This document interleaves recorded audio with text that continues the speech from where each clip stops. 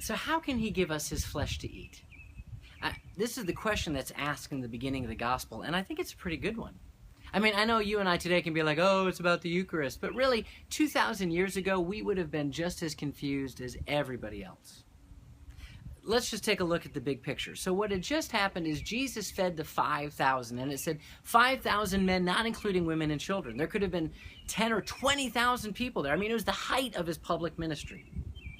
And he disappears by walking on the water. Not that the crowds knew what was going on. They go up north back to Capernaum and they find him there. And they're so excited to see him there. And Jesus starts talking about this bread of life discourse that makes up the entirety of the 6th chapter of the Gospel of John.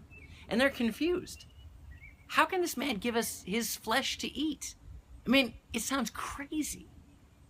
Why would Jesus do this at the height of his popularity? Why would he be so confusing? And after he said, you have to eat my flesh and drink my blood, they're like, what is he talking about? He just says it over and over and over again. Are we willing to follow God when he gets confusing? When he gets kind of weird? I mean, it's easy to follow him when he's speaking inspirationally and he's feeding us.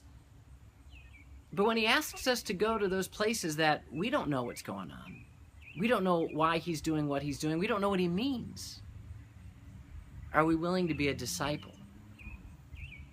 This bread of life discourse, this talk in John chapter 6, yeah, it makes sense later on. He's talking about the Eucharist.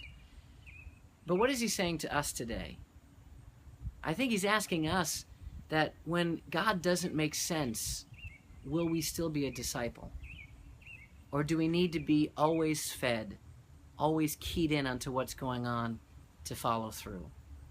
Will we walk by faith and not by sight?